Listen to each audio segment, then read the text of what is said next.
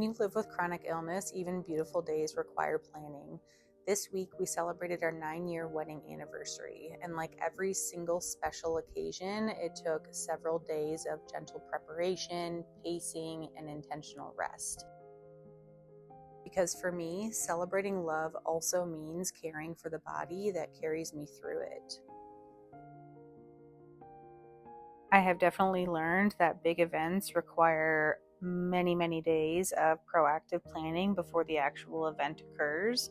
And so several days before, if I need to clean the house, I will do that. If I want to make any special food or a special dessert, I'll do that either the day before or the day of, just again to be able to conserve as much energy as possible. I space out my meals, small snacks every 2 hours, and I keep my water bottle close, drinking about my weight in ounces of electrolytes. I even shower the night before so that the next day can start calm and slow. These little adjustments may not sound like a lot, but it truly is all about the little things. Making sure that you're getting the right amount of sleep, that you are staying nice and hydrated, that the food that you are putting into your body is nutritious, that the thoughts that are coming into your mind are positive and not bringing any negativity to your world, the people that you surround yourself with. All of those little teeny things make such a big difference in how your body and your mind choose to show up that day. I love love, and I love celebrating every little or big event in life. And I think that I have always put way too much pressure on myself to make sure that the day of is absolutely perfect. And it doesn't have to be. And also, perfect can look different than what I originally thought it could be. And if we're being real here, celebrating for an entire month is so much better than celebrating for just one day. It really allows for you to go through the many different emotions that you're feeling about that type of event. It allows time for processing, and switching to this approach has just decreased so much stress, which also decreases symptoms as well. Hello, friends. It has been a rough go of it. I have another infection. I get a lot of infections, which is how compromised my immune system is. The rarer the infection, the more likely it is that I will get it. So that is the reason for the higher than normal fevers that I've been experiencing for like the last 7+ days. Luckily, I have a very thorough integrative neurosurgeon, and she ran a lot of panels, some blood cultures, things like that. And so we were able to uncover that. So, and she also said that the reason that she knew that it wasn't my autoimmune fever and it was more of like an infection or something else going on is because it was higher than normal, and also it lasted longer. So typically autoimmune flares only last a couple of days, and this one had been going on for, as I said, 7+ days. So today is my 9-year wedding anniversary. I've been with my husband for a total of 14 years. And if you know my full story, you know that I got sick on my honeymoon. So we have been in it the whole time together.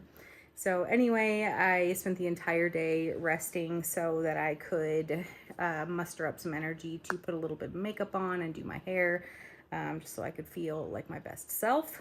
I got a spicy fever going on right now, and I don't feel great, but what we're going to do is just pivot plans a little bit. We were going to cook dinner, but we're not going to do that. We're going to pick up some food from our favorite Cuban spot and have a little patio picnic. So we modify things where we can, and we make the best of the moments that we do have. So I'll see you guys in a little bit. Living with chronic illness means that every joy comes with preparation, and every celebration comes with recovery. So after our anniversary dinner, I spent a few days resting and really tried just letting my body catch up to my heart. And honestly, that's okay. Because my health can be unpredictable, we've started celebrating all month long. So one weekend we watched the fireworks at Apple Day here in our local town. Another day we stargazed in our backyard. And then later this month, we're going to take a very small, very close overnight trip to a resort. It's really our way of saying that love doesn't need to fit into one day. It can stretch, it can breathe alongside of us. So let's go ahead and activate my tried and true recovery mode day. It always starts with a fruit smoothie. Sometimes I add spinach, some chia seeds, flax seeds, trying to get all of those nutrients in. It is very easy to drink a smoothie in the morning versus try to figure out what sounds good, what am I going to be able to stomach with my nausea, etc. And then I always gather everything that I'm going to need for the next couple of hours. So I'll double up on water, make sure that I have electrolytes. I have a variety of different activities that I can enjoy, and I plop myself right in front of my favorite spot so that my body and brain can fully relax. It has been a while since I've needed to use my cane, and typically I use it to help with my balance, but today I needed it because of how fatigued I was. So I did what I always do when things are at their worst, and I hopped into a nice hot bubble bath with extra Epsom salts. And you guys have seen these blue lights before. I am absolutely obsessed. No sit-down shower routine is complete without a little bit of a bed rest before getting dressed. And then I went ahead and transitioned to the living room, and I've been trying to do a lot more of these neck stretches, but very gentle because I do have some subluxation in my neck. But it was a good way to kind of get the blood flowing without having to get up.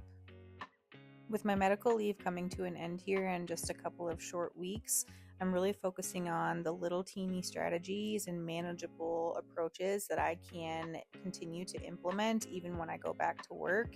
Because as I stated earlier, I think it's really about the little things that can help you build a strong foundation for your body to operate under. And even just micro improvements can feel pretty macro to somebody who feels so terrible all of the time. I continued to struggle with heart rate and blood pressure fluctuations, and so this was the rest of my day and the rest of several days after. If you're navigating chronic illness, I hope that this reminds you you can still celebrate, rest, and find magic in the moments between flares. So here's to spacing out those celebrations and taking life as slow as physically possible. Your nervous system will thank you. My beautiful friends, thank you so much for being here with me on this journey. I hope that this weekend is restful, relaxing, rejuvenating, and everything that you need it to be.